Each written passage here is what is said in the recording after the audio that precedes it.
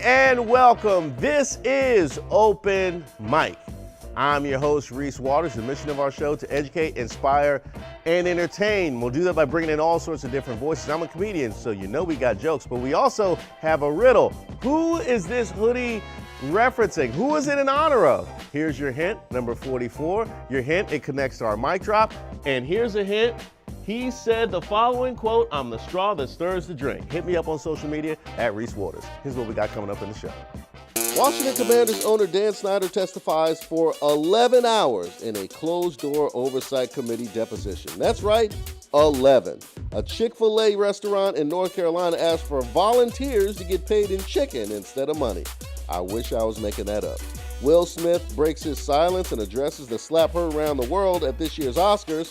A University of Nebraska football player with the coldest name signs the coldest sponsorship deal possible. And I'm dropping the mic on the social media trend of comparing DC neighborhoods to their so-called New York counterparts. But first, it's 7 p.m. Let's check on some of the hilarious happenings in the DC area and beyond. Welcome to Open Mic. Oh, Ryan Kerrigan signed a one-day. Hey, looking at that linebacker core, you might want to extend that one day to like 1 week or maybe 1 year. I love the idea, though. Wouldn't you like to go back to an old job or old relationship, sign a one day? Welcome to Open Mic. We like this. I know some of you guys have. We like to start the show with a few stories or a hot take on a story you're not likely to get anywhere else. I'm from gorgeous Prince George's, and now I spill the tea on DC because that's where I be. So you know these jokes come from a place of love. And shout out to Imelda Ham for that beautiful intro. Let's start things off in Capitol Hill, where Washington Commanders owner Dan Snyder voluntarily testified for nearly 11 hours at a deposition before the House Committee on Oversight and Reform. I'm told by Dan Snyder's people, Mr. Snyder addressed all the questions about workplace misconduct, never declined to answer any questions, and the length of the deposition, 11 hours, was not due to interruptions from Mr. Snyder's attorney. Now, we don't know exactly what questions the Oversight Committee asked, and we don't know what Dan Snyder said before Congress under oath. But the committee made it very clear before the deposition even started, saying the committee is prepared to compel his testimony on any unanswered questions upon his return to the United States. 11 hours, huh? You sure you didn't put that testimony in Courier New font? I know about Courier New. Turn that 6 hours into 11. Do you mean to tell me Dan Snyder put in a full workday of answering questions about horrible behavior plus overtime? Dan Snyder held out until he could get a private hearing. Roger Goodell's was public. Even the January 6th is public. Why does this guy need a private one? All that does is scream out, I got something to hide. And by the way, Dan Snyder is still overseas. He testified remotely from Israel. The man literally phoned it in. Now, it'll be interesting to see what happens next. I'm personally just as invested in this as I am the Commanders season, which is understandable because Carson Wentz is our starter. By the way, the next story is from Hendersonville, North Carolina. A Chick-fil-A restaurant is under fire for asking for volunteers to work at their drive-through window and offering to pay them in chicken instead of money. Come on, Chick-fil-A. Offering to pay people in chicken, that is insane. It's also somehow racist. Somehow that got to be racist. It's certainly not legal, and it violates the Fair Labor Standards Act. Chick-fil-A's corporate made it clear that this was a program that the Hendersonville franchisee made on his own. Corporate does not want chicken slavery smoke. Now, this Chick-fil-A is also known for once employing Madison Cawthorn as a cashier years before he was elected to the U.S. House of Representatives.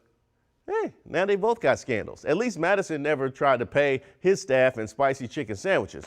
We're headed to Hollywood for this next story, where Will Smith has broken his silence and shared a new apology video to Chris Rock, Rock's family, his fellow Oscar nominees, and his fans for the infamous slap he delivered to Rock on stage at the Academy Awards. I've reached out to Chris, and the message that came back is that he's not ready to talk, and when he is, he will reach out. So I will say to you, Chris, I apologize to you. My behavior was unacceptable, and I'm here whenever you're ready to talk. Man, I really would have loved to have been there to see Will's face when Chris Rock said he's not ready to talk. Like, how come he don't want me, man? I am also very surprised he didn't quote Ben Vereen in his explanation. You think I planned this? It just happened. Now, I am glad that he chose this option instead of inviting Chris Rock on to Red Table Talk, because the apology actually sounds sincere. But then Will Smith just won Best Actor at the same award show where he slapped that man, so I don't know what to believe. But I hope nobody tries to pressure Chris Rock into forgiving Will Smith, because Chris doesn't ever have to do that if he doesn't want to. Imagine getting slapped in a room full of your peers while the entire world watched at home. Most people still carrying baggage from something a grade school bully did years ago, and it wasn't on TV. And yes, I'm talking about you, Kareem. Let Chris process this exactly how he needs to. Now, it was a mature move to make the apology public, since the offense was public, because you can spin it as a publicity stunt if you want, but Will Smith didn't have to do this. He could have sat home and counted his money from all the time Summertime gets played this time of year. Or, I don't know, got in his yacht and sailed around the world and waited for the heat to die down. Why has Chris Rock gotten more apologies and remorse than DC football fans? We've been getting slapped for decades. Now, I chose this last story out of Nebraska because it's a match made in NIL heaven. University of Nebraska wide receiver DeColdis Crawford has signed on to become the spokesman for HVAC company SOS Heating and Cooling. And quite frankly, the commercials write themselves.